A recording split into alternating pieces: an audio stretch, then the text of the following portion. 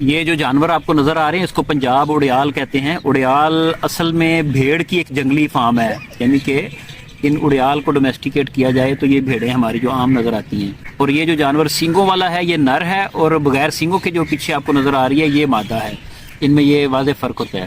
اور پنجاب اڑیال کی جو ایک خاص بات ہے کہ یہ پاکستان کا انڈیمک میمل ہے۔ انڈیمک سے مراد ایسا جانور جو ایک جگہ کے علاوہ دنیا میں کسی اور جگہ پہ نہ پایا جاتا ہو۔